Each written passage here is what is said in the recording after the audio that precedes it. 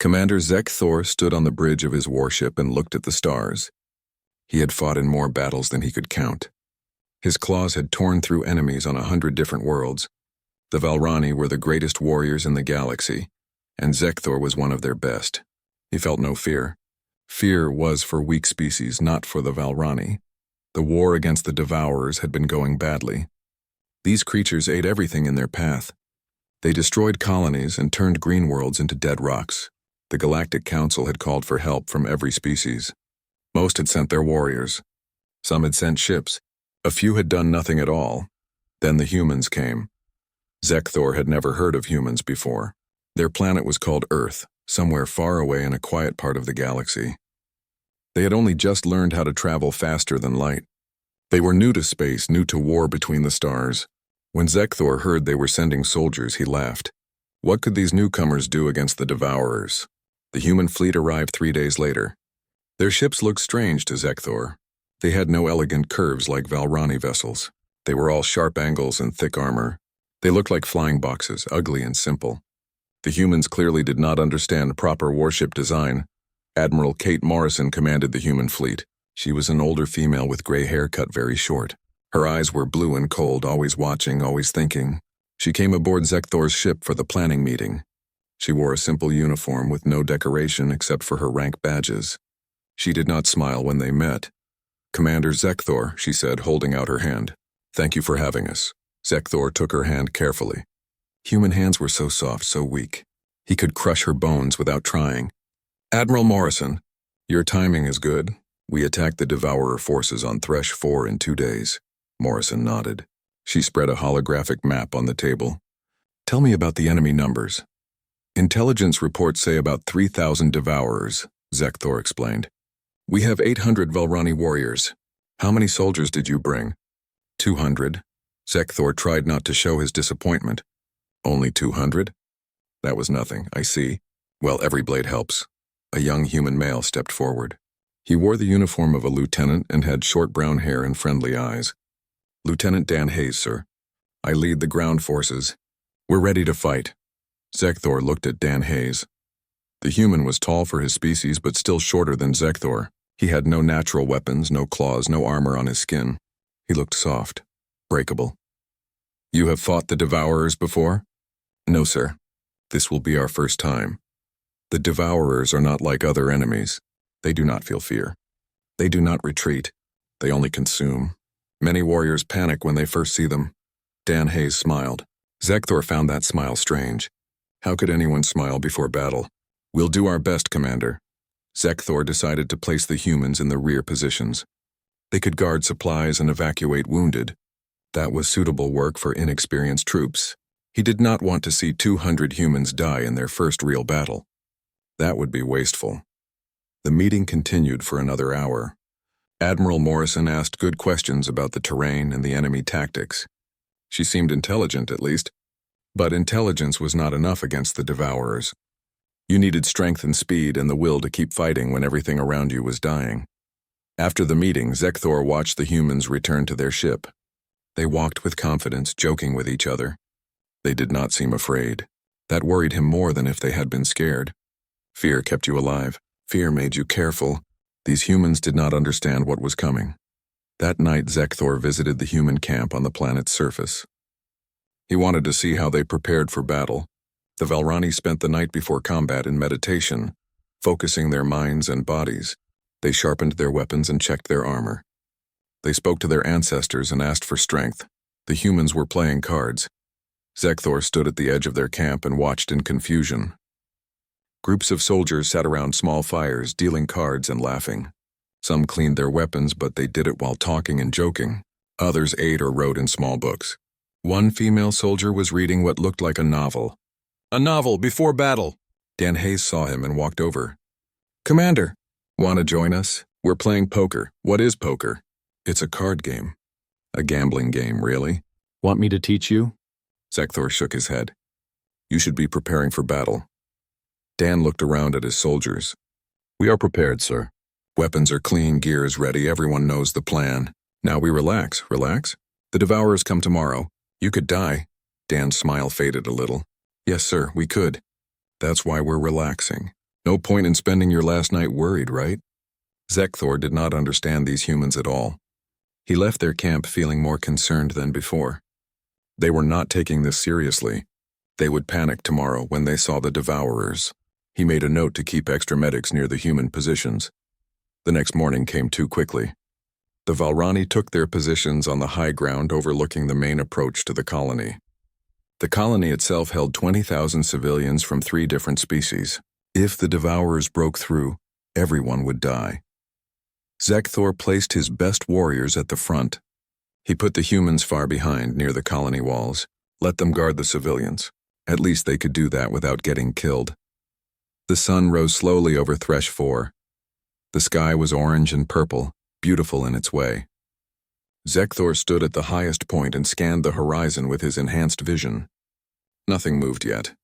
The Devourers would come soon. They always came at dawn. Then he saw them. The Devourers appeared like a dark wave on the horizon, thousands of them moving fast. They ran on multiple legs, their bodies covered in black chitinous armor. Their mouths never stopped moving, never stopped shrieking. The sound carried across the distance, a horrible noise that made even veteran warriors nervous. Positions, Zekthor roared. His warriors raised their plasma rifles. The energy weapons hummed to life, ready to fire. The Devourers came closer. 500 meters. 400. 300. Fire! Plasma bolts lit up the morning. The first wave of Devourers fell, but more came behind them. They climbed over their own dead without stopping. The shrieking grew louder. 200 meters. The Valrani fired continuously. Zekthor drew his blade, a weapon passed down through his family for generations. The plasma edge glowed blue. He was ready. 100 meters. The Devourers crashed into the Valrani lines like a flood hitting a dam. Zekthor swung his blade and felt it cut through chitin and flesh. A Devourer tried to bite him. He kicked it away and stabbed another. All around him, his warriors fought with the fury of their ancestors. This was war. This was what the Valrani were born to do. Then he heard something strange. Human voices. They were not screaming in fear. They were laughing. Zekthor looked back toward the human positions. The humans had moved forward. They had left their safe position and advanced into the battle. What were they doing? Had they panicked and run the wrong way? But no. They moved in organized groups, each soldier covering the others. They fired their weapons with careful precision. Zekthor saw a human female shoot 3 Devourers in quick succession, each shot hitting exactly where it needed to. Another human threw a grenade that landed perfectly in a cluster of enemies. And they were laughing. A Devourer broke through the Valrani line and charged at a human female with short black hair. Zekthor expected her to die. Instead, she stepped to the side at the last moment. The Devourer's blade missed her by centimeters. She drew a knife from her belt and stabbed the creature in its weak spot behind the head. Then she shot it twice with her sidearm. "Clear!" she shouted, already moving to help another soldier. Zekthor killed another Devourer and looked around the battlefield. The humans had formed a firing line on the left flank. They were using some kind of old projectile weapons alongside their modern plasma rifles. The old weapons made loud banging sounds and fired metal bullets. They should have been useless, but they worked. The Devourers fell. A large Devourer, bigger than the others, charged at the human position. Zekthor started to run toward them to help. But a human male calmly raised a heavy weapon to his shoulder. Fire shot out from the weapon in a long stream. The Devourer caught fire and fell, shrieking in a different way now. The smell of burning chitin filled the air. The human male lowered his weapon. "That's how we do it," he shouted. By midday, the battle had turned. The Devourers were falling back. Not retreating, they never retreated, but their numbers were thinning. The Valrani had taken casualties, 20 dead and 40 wounded. Zekthor walked through the battlefield to check on his warriors. Then he walked to the human position. They had taken 12 wounded, but no dead. 12 wounded out of 200 in their first battle against the Devourers. Zekthor could not believe it. Some of the wounded were still fighting, bandages wrapped around their injuries. Lieutenant Dan Hayes was giving orders to his troops. He had blood on his uniform, but none of it seemed to be his. When he saw Zekthor, he nodded. "Commander, good fight. You were supposed to stay in the rear." Dan shrugged. "We saw an opening on the flank. Seemed like a good place to help. You could have been killed." 3 days passed after the battle at Thresh 4. The Valrani rested and honored their dead. The humans did something they called a memorial service. Zekthor attended and watched as Admiral Morrison spoke about sacrifice and duty. The human soldiers stood quiet, faces hard. Some had water in their eyes. Humans cried for their dead. The Valrani did not cry, but they understood grief. The peace did not last long. Intelligence reported a new Devourer force heading toward a mining station in orbit around a dead world. This force was bigger. Much bigger. 10,000 Devourers at least, maybe more. The Galactic Council promised to send reinforcements, but they would not arrive for 6 days. The colony on the mining station could not hold for 6 days. Admiral Morrison called a meeting with Zekthor and his officers. She looked tired. Humans seemed to need more sleep than Valrani, and Morrison had not been sleeping much, but her eyes were still sharp. "We need to hit them before they reach the station," Morrison said. She projected a holographic map in the center of the table. "If we let them siege the station, everyone dies." Zekthor studied the map. "You want to attack 10,000 Devourers with our forces? We have 1,000 warriors total. The odds are very bad." "The odds are terrible," Morrison agreed. "But if we're smart about it, we can do more than just slow them down. We can stop them." A human female with gray in her hair leaned forward. Major Lisa Bennett, Morrison's second in command. She had scars on her face and hands, old wounds from battles before this war. The Devourers use a command structure. There's a central biomass that coordinates the swarm. It's here, she pointed to the map, right in the middle of their formation. If we kill it, the swarm falls apart. You want to fight through 5,000 Devourers to reach the center? Zekthor asked. That is suicide. Yes, Lisa said calmly. It probably is. Zekthor looked around the table. The humans were all nodding. They understood the plan would likely kill them, and they were agreeing to it anyway. We need a diversion, Morrison continued. A large force attacks from the front, makes a lot of noise, draws as many Devourers as possible. While they're distracted, a smaller strike team goes in from the side and takes out the command cluster. The diversion force will be destroyed, Zekthor said. Maybe not. If they set up good defensive positions and fight smart, they can hold long enough for the strike team to finish the job. And if the strike team fails, Morrison met his eyes, then everyone dies. But at least we tried. Zekthor had fought in many battles, but he had never heard a plan like this. The Valrani way was to fight with honor, to meet enemies face to face. This human plan was clever but dangerous. It required some warriors to sacrifice themselves so others could win. But looking at the map, he could not think of a better option.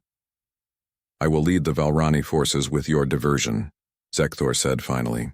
My warriors will draw the Devourers away from your strike team. No, Morrison said. I need you with the strike team. Your combat experience is too valuable. Major Bennett will lead the diversion. Lisa nodded. I'll take 400 humans and 300 Valrani. We'll make them notice us. They spent the next 6 hours planning every detail. The humans had ideas that Zekthor had never considered. They talked about things like kill zones and fields of fire and fallback positions. They planned not just for success but for failure, with backup plans for every backup plan. Finally, Morrison stood. Get some rest, everyone. We launch at 0600. Zekthor stayed behind after the others left. Admiral, may I ask you something? Morrison poured herself coffee from a container. The bitter smell filled the room. Of course, Commander. Your people volunteered for this mission knowing many will die. Why do they accept this so easily? Morrison was quiet for a moment. She held her coffee cup with both hands, warming them. Because someone has to, Commander. If we don't stop the Devourers here, they reach the station. 20,000 people die, so we go. We fight. We do what needs to be done. But you are afraid. I can see it. Of course I'm afraid. Fear is natural. Fear keeps you sharp.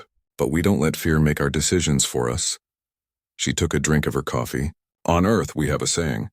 Courage is not the absence of fear, but action in spite of it. Zekthor thought about those words long into the night. The assault began exactly at 600 hours. Major Lisa Bennett led her force down to the surface of the dead world where the Devourers were massing. They landed loud and hard, dropships firing the whole way down. They set up positions on a ridge overlooking a valley. It was good ground for defense, but impossible to escape from if things went wrong. Zekthor watched from orbit as the diversion began. He was with Morrison on the strike team, 50 humans and 50 Valrani. They would insert from the side while the devourers were distracted. Bennett's voice came through the communication system. "All units, diversion force in position. Come and get us, you ugly bugs," the devourers came. They poured out of their nesting areas like water from a broken dam. Thousands of them ran toward Bennett's position. The human and Valrani warriors opened fire. Plasma bolts and old-style bullets cut into the swarm. Devourers fell by the dozens, then by the hundreds, but more kept coming. "That's right, keep coming." Bennett's voice stayed calm. "We've got plenty more where that came from." Morrison's strike team launched from their ship. They flew low and fast, using the terrain to hide their approach. The pilot was a human male named Ryan Foster. He flew like he was born in space, weaving between rock formations at speeds that made even Zekthor nervous. 30 seconds to insertion point, Ryan said. "It's going to be hot when we land." Hot was an understatement. As their craft touched down, devourers immediately attacked. The strike team came out fighting. Zekthor cut through 2 devourers with his blade before his feet even touched the ground. Around him, humans and Valrani formed a tight defensive circle. "Move fast," Morrison shouted. "We have 30 minutes before they realize we're here." They ran through the devourer nesting ground. The structures around them were made of organic material, pulsing and wet.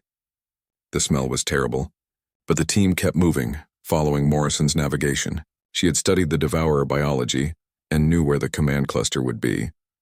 A group of devourers blocked their path. A human male raised a strange weapon. He pressed a trigger and fire shot out in a long stream. The devourers shrieked and scattered.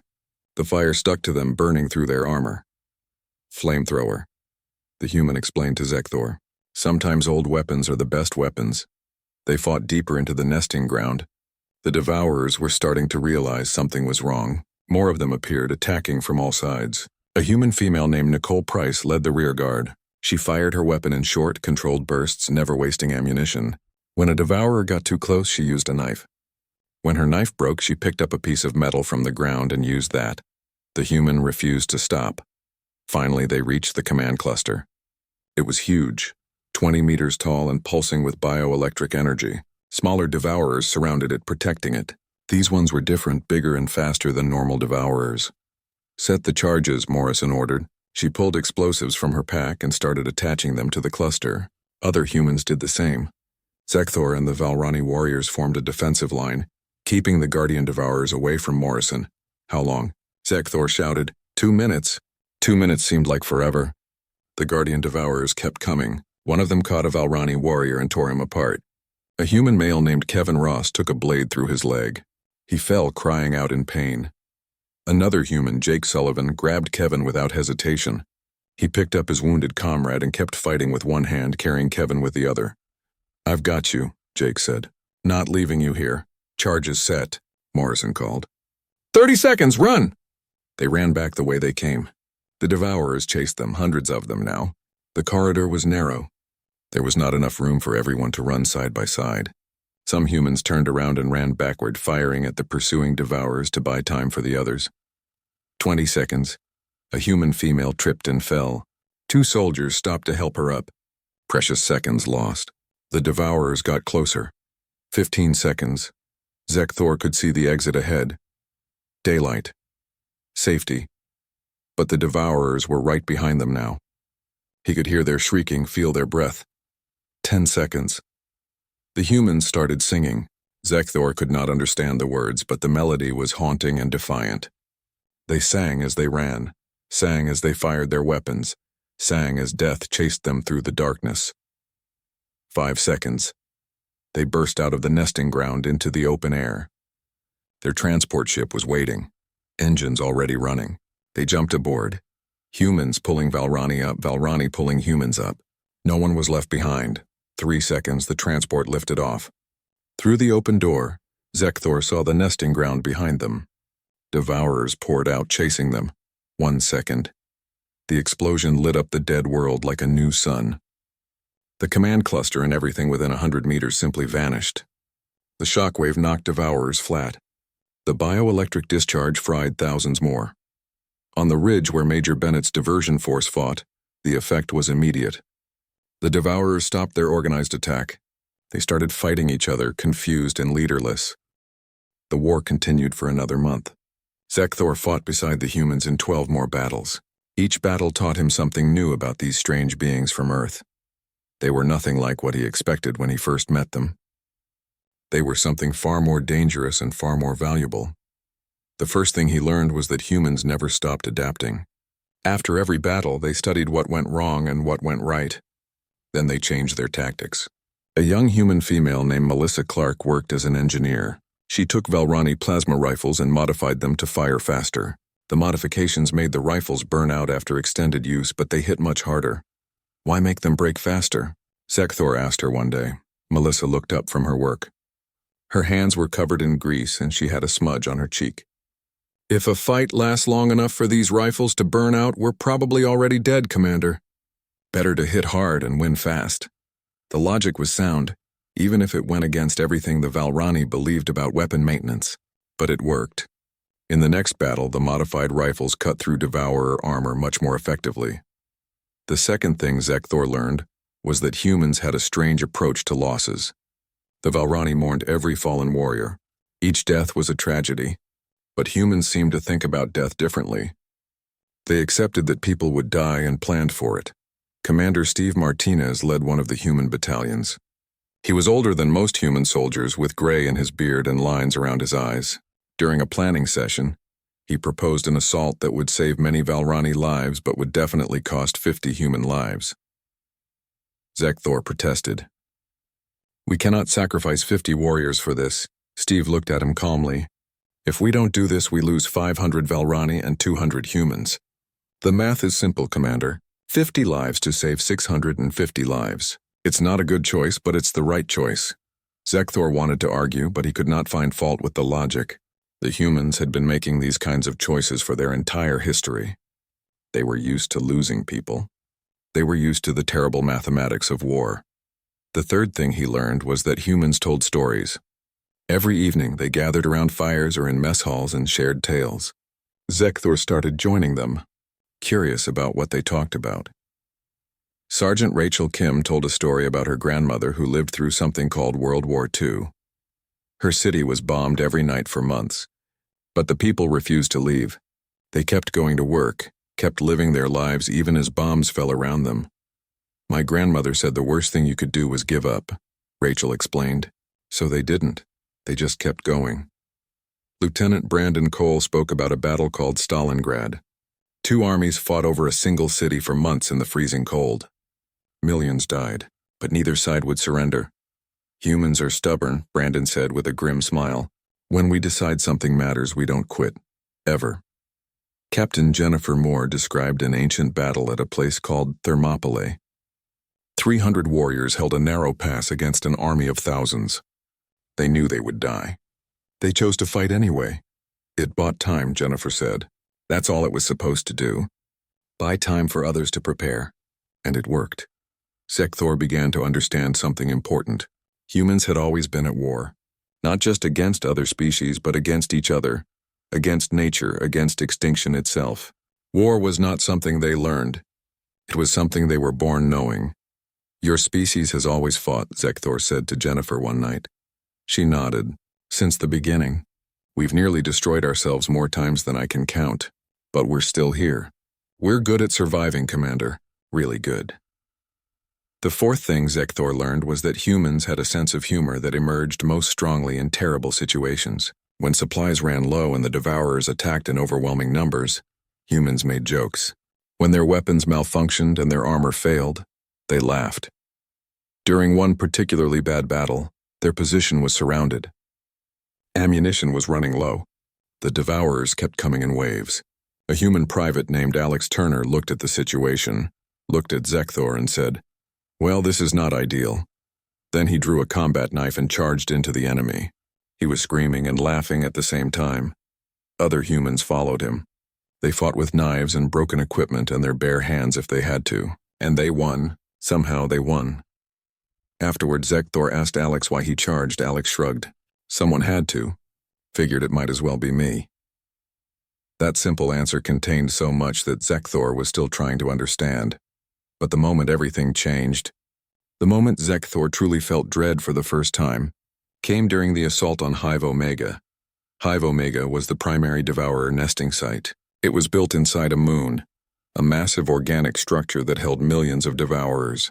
The Galactic Council said it was impossible to attack. Too many enemies, too well defended. They wanted to contain the devourers and starve them out. That would take years. Admiral Morrison had a different plan. "We have one chance," she told the assembled fleet commanders. "We drop a strike team into the Hive's core. They overload the energy distribution system. The whole structure tears itself apart." And Orith, the admiral, spoke up. "The strike team would never escape. They would die." "I know," Morrison said quietly. The room went silent. Every commander understood what she was proposing. A suicide mission. Some species would refuse such a thing. It was dishonorable to waste warriors' lives needlessly. But Morrison was already calling for volunteers. 30 humans volunteered immediately. 10 Valrani insisted on joining them, including Zekthor. Morrison tried to refuse him. "Commander, you're too valuable. I can't risk you on this mission." "If my people are to understand yours, I must go," Zekthor said firmly. "I must know what drives you to this." Morrison studied him for a long moment. Finally, she nodded. "All right. But you follow my orders in there." "Agreed." They launched at 400 hours. The drop pods fell through the Hive's outer defenses. The Devourers had weapons built into the structure itself, organic cannons that fired bio-projectiles. Half the pods were destroyed before landing. Zekthor's pod hit hard, the impact rattling his bones even through the harness. The door blew open. Devourers were everywhere. Zekthor came out swinging his blade, cutting through them. Around him, humans and Valrani fought back to back. They had landed in the middle of a nightmare. Lieutenant Dan Hayes led his squad with practiced efficiency. "Fire teams advance by sections. Keep moving or we're dead." They pushed deeper into the Hive. The walls around them pulsed with unnatural life. The air was thick and hard to breathe. Strange sounds echoed from everywhere. This place was alive, and it knew they were here. A human female named Michelle Santos took a devourer blade through her abdomen. She gasped and fell. Another human, Danny Clark, grabbed her and dragged her to cover. "Leave me," Michelle said through gritted teeth. "Shut up," Danny replied. He pulled a foam canister from his belt and sprayed it into her wound. The foam hardened, sealing the injury. "You still owe me $50. Not letting you die before you pay me back?" They kept moving. 2 more humans fell. 3 Valrani. The survivors moved like ghosts through the Hive, exhaustion and adrenaline driving them forward. The energy core was massive, a chamber the size of a small ship. Bioelectric tissue covered the walls, pulsing with power. Colonel Steve Martinez began setting charges while others held the entrances. 5 minutes to detonation, Steve called out. "Extraction pods are 2 kilometers north." Zekthor did the math instantly. They could not reach the pods in 5 minutes. Not while fighting through thousands of devourers. They were not going to make it. Dan Hayes seemed to realize it at the same time. He looked at Zekthor and smiled, but this smile was different. Sad. Accepting. "Commander, you need to go. Take the wounded. Get them to the pods. I will not leave you. You have to." Dan fired his rifle at approaching devourers. "Someone needs to tell Earth what happened here. Tell them we held the line." "Dan, I cannot." "That's an order, sir." Dan's voice was firm. "Take them and go. We'll buy you time." Zekthor wanted to argue. He wanted to stay and fight. But he looked at the wounded humans and Valrani who could not fight anymore. Someone had to get them out.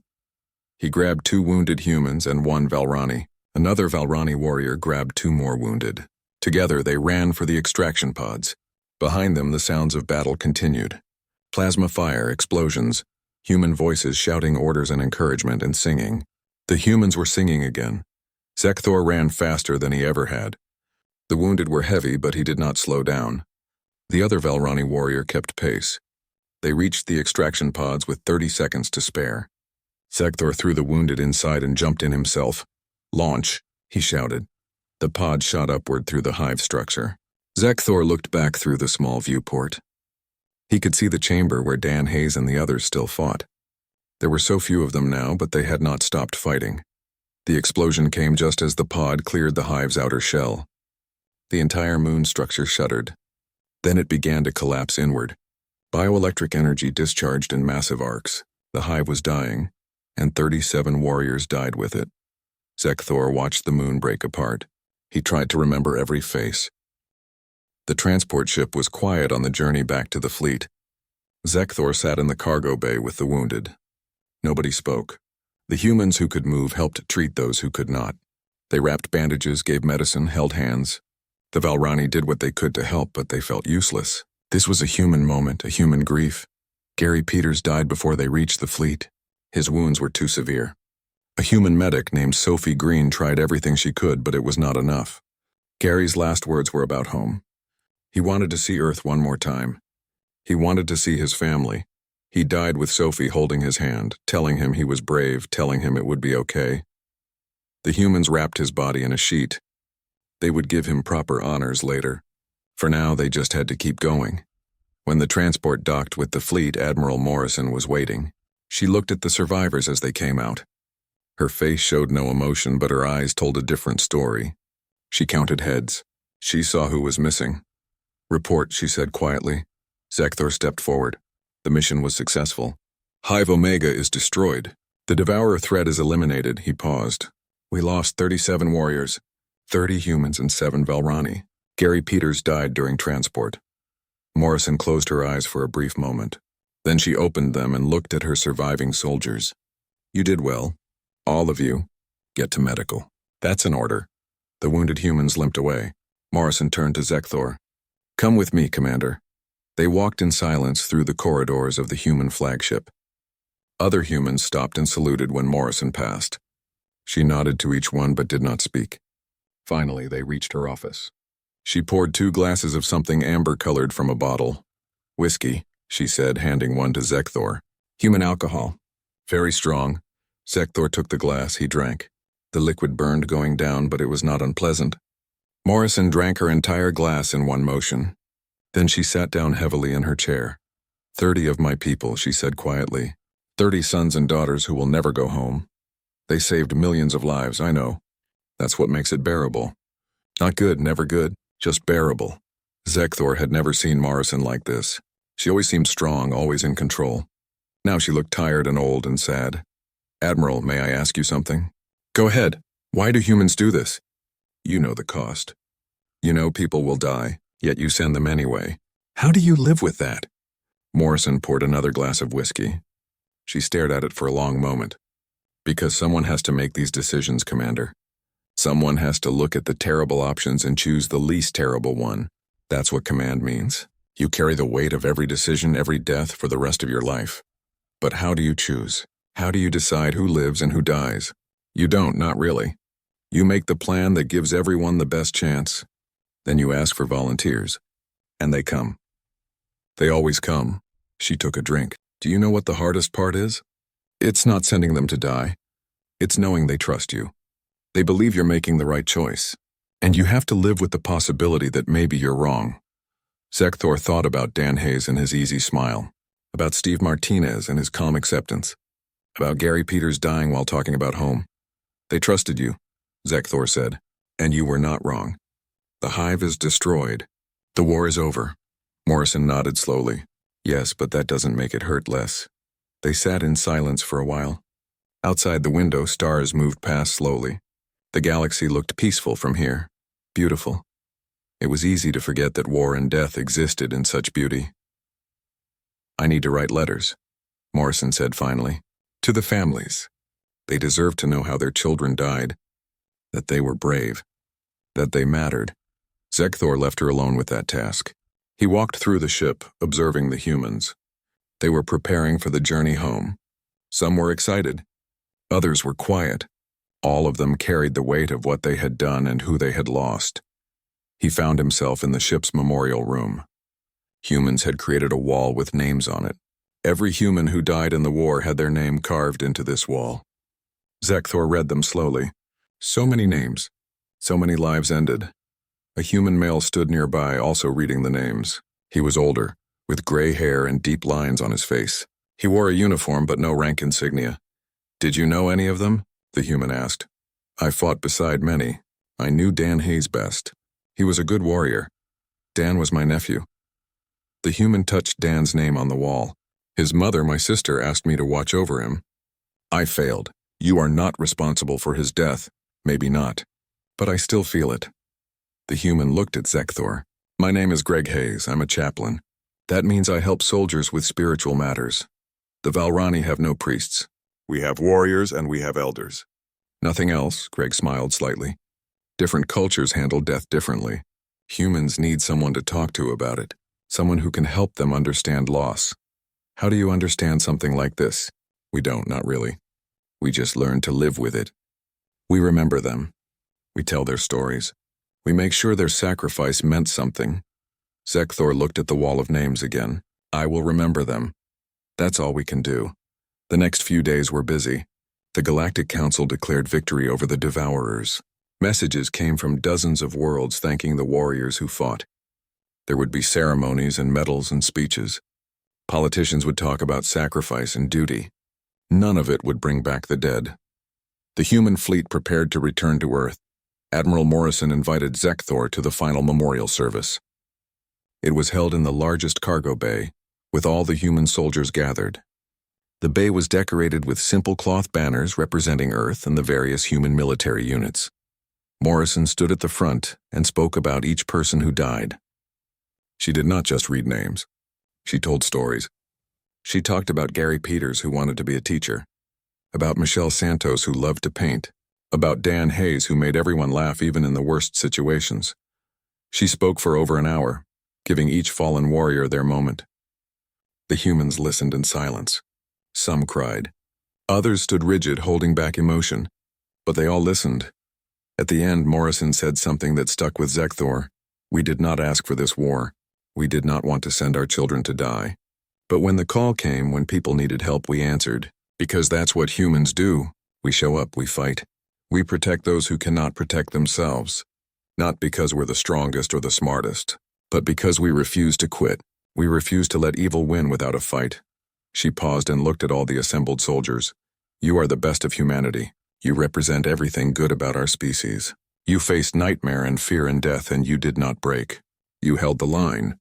And because you held the line, millions of people are alive today. People you will never meet will live because of what you did. That is your legacy. That is what it means to be human. The soldiers saluted. It was a human gesture, hand to forehead. Simple but powerful. After the service, Zekthor approached Morrison. That was well spoken. Thank you, Commander. I meant every word. I have made a decision. I wish to request assignment to the Earth Alliance Liaison Office. I want to continue working with humans. Morrison looked surprised. Why, the war is over. You can go home. Because I need to understand you better. Your people have taught me that I know very little about true courage. I have fought in 300 battles, but I never understood what it meant to fight for something beyond glory or honor. I want to learn. Morrison studied him carefully. It won't be easy. Humans can be difficult to understand. We're complicated and contradictory. We're capable of great good and terrible evil. I know. That is what makes you interesting. Morrison smiled. The first real smile Zekthor had seen from her in days. All right, Commander. I'll put in the recommendation. I think you'll be a good liaison. They shook hands, the human gesture Zekthor had learned. Her grip was firm despite her small size. One more thing, Morrison said. When you write your report about this war, tell the truth.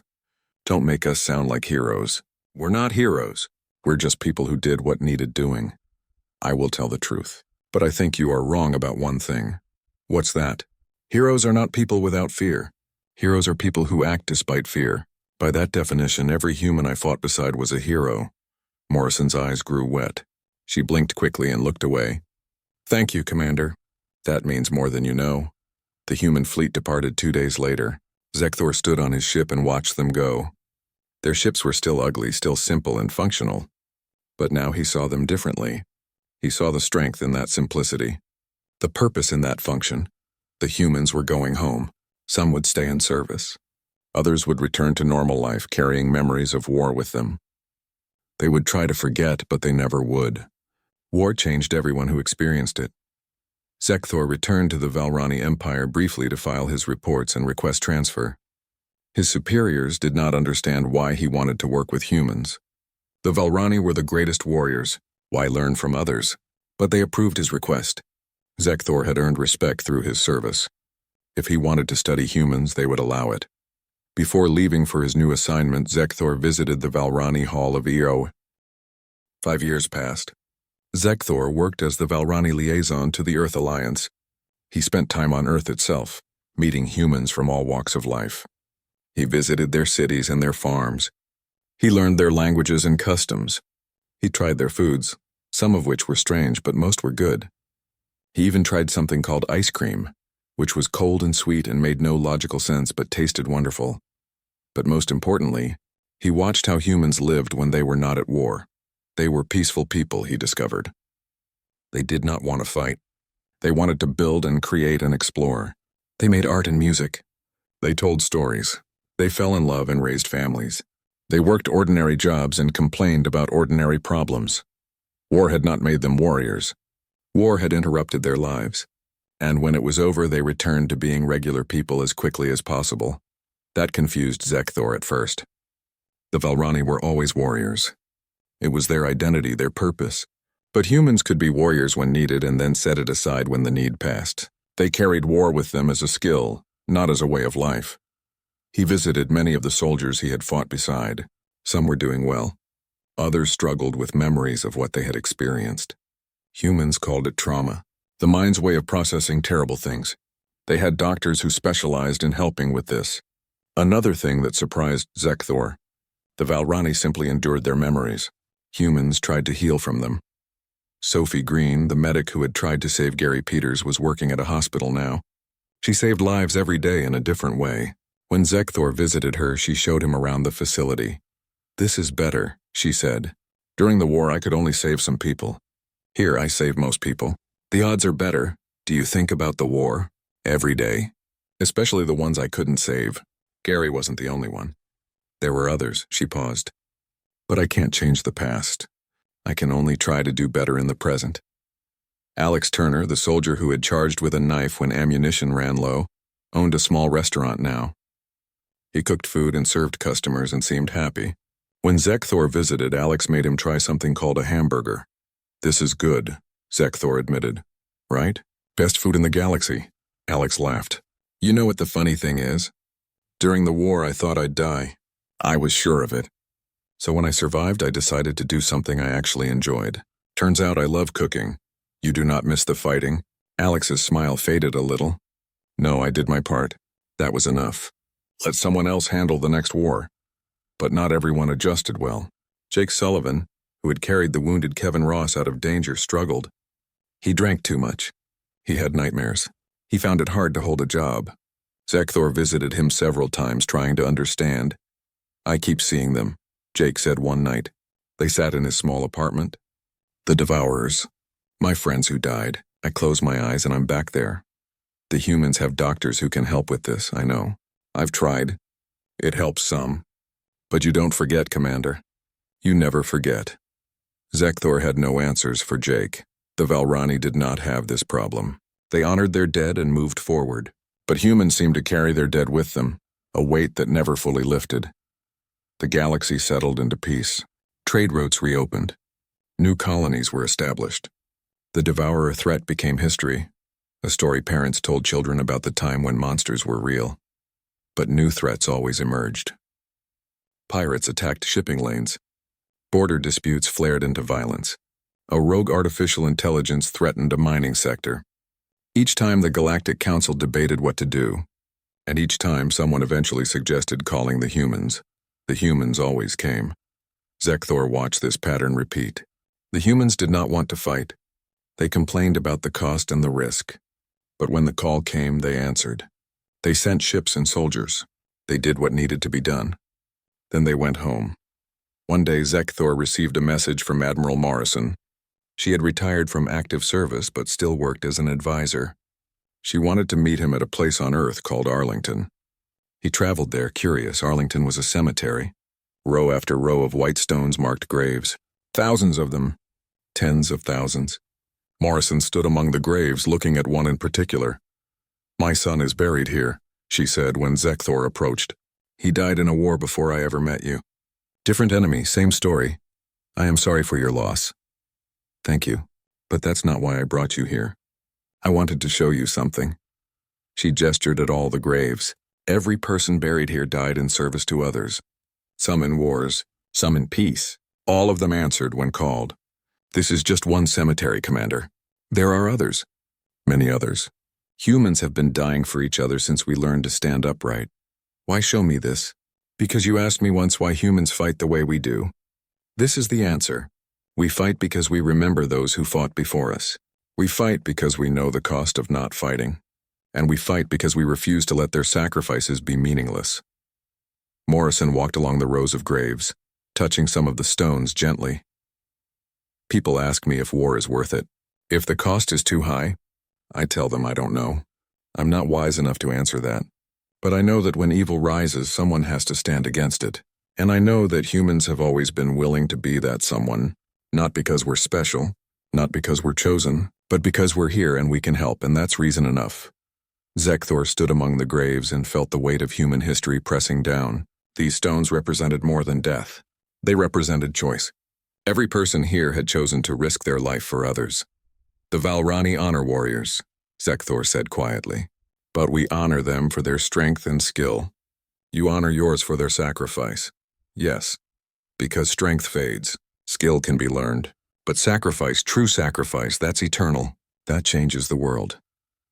They walked together in silence for a while. Birds sang in nearby trees. The sun was warm. It was a beautiful day, peaceful and calm. Hard to imagine that people had died to make days like this possible. I have been studying human history, Zekthor said. I have learned about your wars, your conflicts, your struggles. You have fought each other more than you have fought external enemies, that's true. Humanity's greatest enemy has always been humanity. Yet you still believe in your species. You still fight to protect humans even knowing what humans are capable of. Morrison stopped and looked at him. Because we're also capable of incredible good, Commander. For every human who chooses evil, there are thousands who choose kindness. For every war, there are generations of peace. We're flawed, yes. We make terrible mistakes. But we also keep trying to be better. That's what makes us human. We fail, we learn, we try again. Zekthor thought about this. The Valrani never questioned their nature. They were warriors. That was simply what they were. But humans constantly questioned themselves, constantly tried to improve, constantly struggled with who they were and who they wanted to be. I understand now, Zekthor said. The dread I felt fighting beside humans. It was not fear of death. It was fear of being unworthy of such sacrifice. Fear that I could not live up to the standard your people set. That's exactly right. Morrison smiled sadly. We feel that same fear, Commander. Every veteran carries it. The weight of wondering if we were worthy of those who died beside us. There's no answer. We just have to keep trying to be worthy. Every day, for the rest of our lives. Years continued to pass. Zekthor grew older. His scales lost some of their shine. His movements became slower. But his mind stayed sharp and his purpose remained clear. He taught other Valrani about humans. He helped coordinate joint military exercises. He advised the Galactic Council on matters involving Earth, and he told stories. One evening, he found himself in a bar on a frontier station. It was a rough place, frequented by soldiers and spacers and people who worked in dangerous professions. A young Valrani female approached him. She had heard stories about the war with the Devourers. She wanted to know if they were true. Zekthor invited her to sit. He poured drinks, and he began to speak. I will tell you about humanity, he said. I will tell you about the day I learned what dread truly means. The bar grew quiet as others listened. Zekthor told the story of the first battle, of Dan Hayes and his easy smile. He told of the assault on the command cluster, of Lisa Bennett and her willing acceptance of death. He told of the final mission to Hive Omega, of the 37 warriors who died singing in the darkness. The humans fought because someone had to, Zekthor continued. They feared death as we do. They mourned their fallen more deeply than any species I have encountered. But when the call came, they answered. Every time, without hesitation. Why? The young Valrani asked. Zekthor looked at her. He saw himself in her question years ago, not understanding. Because they decided long ago that if the universe needs protectors, they will be those protectors. Not because they are the strongest or the fastest or the smartest, but because they are the ones who refuse to quit. The ones who will charge into darkness itself to protect those who cannot protect themselves. He paused, remembering faces. Dan Hayes, Gary Peters, Michelle Santos, so many others. That is why I knew dread while battling beside humanity. Not dread of the enemy, but dread of their mortality and their determination, dread of the